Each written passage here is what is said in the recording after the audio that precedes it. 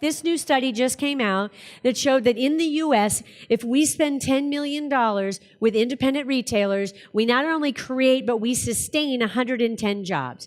If we spend the same $10 million with chain retailers, we create and sustain only 50 jobs. Now, these studies that have shown that are 12 years old now. Okay? This should not be a surprise at this point. But this new study is only 2 years old, and it shows that if you spend $10 million on Amazon, you're going to get 14 jobs for it, okay? This is not a sustainable model for the U.S. economy. Now, I am the lucky one who gets to go onto college campuses and talk about this, and they chase me out with a stick. They don't want to hear it.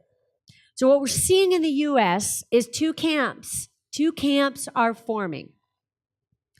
The first camp is focused on convenience. The first camp is not thinking about their children's opportunity or their grandchildren's opportunities. They are focused on convenience. The second camp is focused on relationships.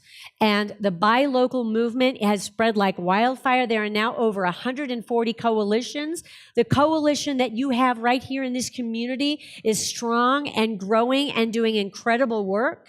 And it is much bigger than, oh, that's some cute boutiques. No, it's actually an opportunity to build a future in a place, okay?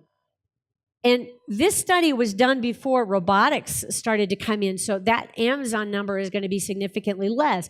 Now that I've told you about how subsidies work and I've looked at the actual job numbers, I'm going to finish the deal by telling you how many of you knew that Amazon pays their average wage is 9% lower than Walmart.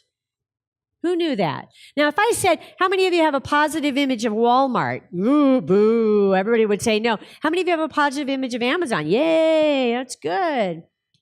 This company is the biggest threat to rural America ever in the history of the United States, and it is a threat to the overall U.S. economy, and I'm not being dramatic.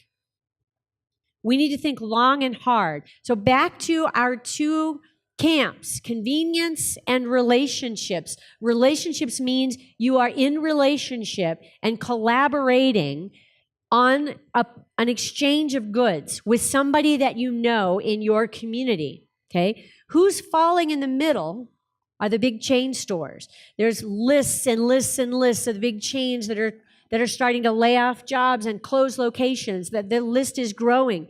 We didn't think that was going to happen. There was a great new study that just came out that said, you know, Amazon is booming, of course, but man, those little guys are actually coming on strong, okay?